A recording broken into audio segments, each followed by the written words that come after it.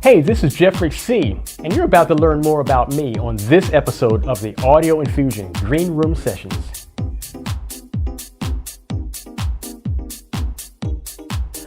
I'm Geoffrey C. I'm a DJ, producer, remixer, and I've been in this game for quite some time, probably over 30 years now. Started out as a DJ, and then I went on to remix, and now I also produce.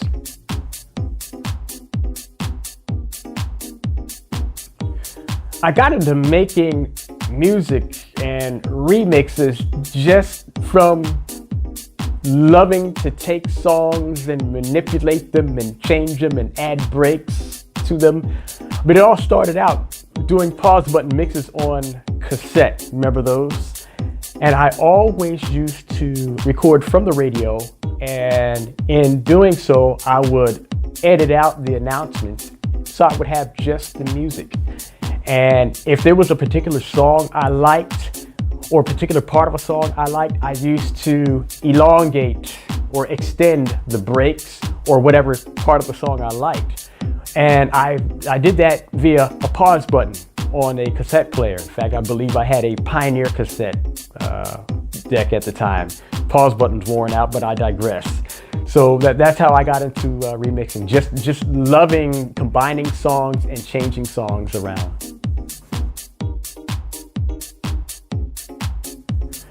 I got into DJing basically from doing all those cassette remixes, and I was fascinated by the first time I saw two turntables and a mixer.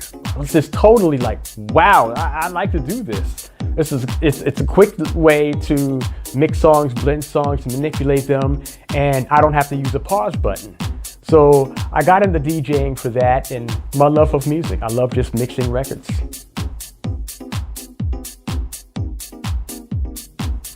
The name Edge Mix came about from the countless edits I used to do. After graduating, if you will, from cassette, I started editing tapes using a razor blade and splicing tape. On reel-to-reel, and that's how I started doing my studio productions.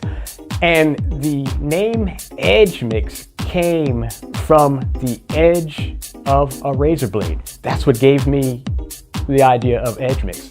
Cutting so much tape, I started out Edge Mix Productions, and it actually started out as just me editing tapes and doing trick mixes, sort of like Latin Rascals, if you know them.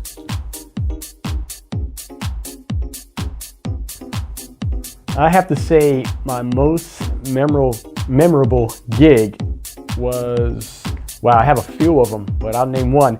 I did a gig in Haverford, which is right outside of Philadelphia, and that was back in 90 or 91. No, it was 92. And it was just amazing. I mean, it was packed from wall to wall. People were dancing and enjoying themselves, and of course I in turn was having a wonderful time. And what really made it memorable was it was the first time I actually brought my reel-to-reel tape recorders out with me. They usually stayed at home, but this night I decided to bring them with me, and I started playing edit remixes.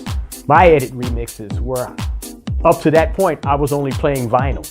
So I was playing vinyl and combining that with tape, and I got firsthand response of the things that I had worked on. So that was really, really good. So that made it memorable.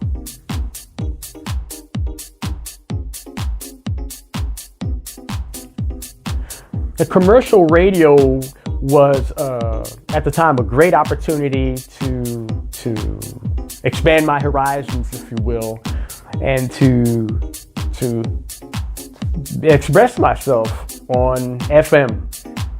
I started out on the AM radio, WEBB AM, then I played on WPGC FM, then I played on 92Q FM. Wonderful experiences. I wouldn't trade them for the world, and they have opened up a lot of opportunity for me, which was great. I love it.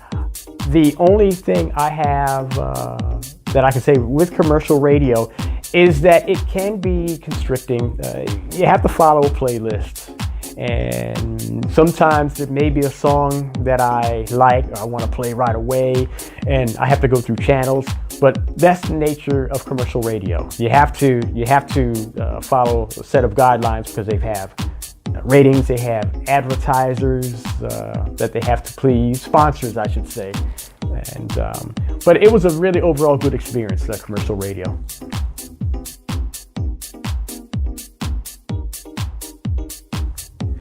My internet radio shows, they're a wonderful thing to have. I tell you, I've been on hands-on radio for, since 2004, so that's 14 years. Been with pressure radio, I believe since 2009, November 2009. And both radio stations have been a perfect vehicle for me to pretty much play what I want, play what I love.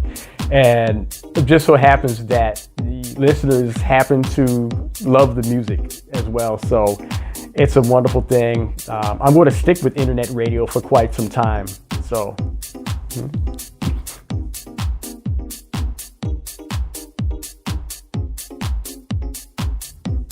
It's new technology, I'll tell you. Now, I'm a die-hard vinyl junkie. I like my turntables. I like my snap, crackle, and pop. However, new technology does have a good place. It's a good place in my basement, I'll tell you that. It allowed me to, I'm using that word again, expand and do things that I could never do with vinyl. I could use a pitch control, and you know how when you pitch a vinyl up or down, it affects the sound. If you make it fast, they sound like chipmunks, or if you slow the record down too much, then they sound like they sound low. And the tone, with the new technology, I could pitch it up or pitch it down, and it pretty much sounds the same. They just sing it faster or they sing it slower.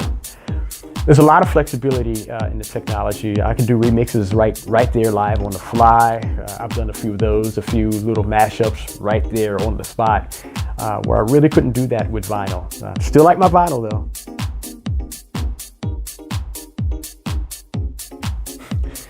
Reel-to-reel movies, my other life. I collect films. I've had a passion for motion picture film for, ever since I was a kid, since I was 10. And I've been collecting a few movies. I collect 16, I collect 35, and I enjoy looking at those films at the house. Now, most normal people, video, DVD, Blu-ray, and the streaming now, and that's all. That's fine, and I like it too. But every now and then, I like to pull out a film reel about yay big and actually set up a movie projector and look at a movie on the screen. I've always enjoyed it, and I'll probably do something later on.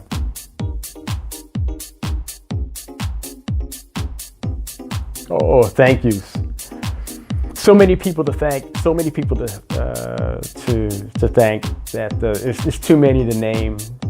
So I will say I want to first of all thank God, because it's through God all things are possible. That's why I'm here. I want to thank my mother and father and all my family for their encouragement over the years, this understanding my love for this thing called music. And I also want to thank all of you out there for supporting me throughout the years. Thank you so much, because without you, I wouldn't be doing what I'm doing. Thank you.